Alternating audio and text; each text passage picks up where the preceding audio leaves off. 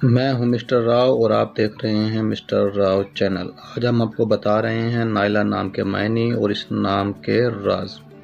तो वीडियो शुरू करने से पहले अभी तक अगर आपने हमारे चैनल को सब्सक्राइब नहीं किया है तो कर लीजिए और साथ वाले घंटी के आइकन को ज़रूर प्रेस कीजिए ताकि हर आने वाली वीडियो का नोटिफिकेशन आपको मिल सके और वीडियो को लाइक ज़रूर कीजिए। नाम है नायला, NAILA, नायला।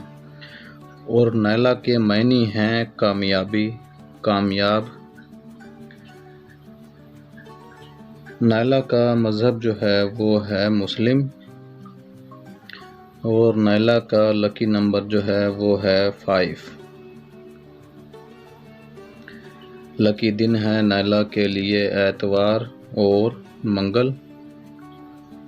लकी रंग है नायला के लिए सुर्ख, जंगनुमा, हल्का सब्ज। लकी पत्थर है नायला के लिए पखराज और लकी धाते हैं नायला के लिए तांबा।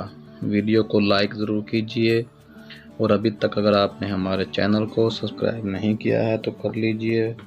बेल आइकन को ज़रूर प्रेस करें ताकि हर आने वाली वीडियो का नोटिफिकेशन आपको मिल सके। अपने नाम का मतलब जानने के लिए कमेंट में अपना नाम ज़रूर लिखें। Thanks for watching. Subscribe my channel mister Rao.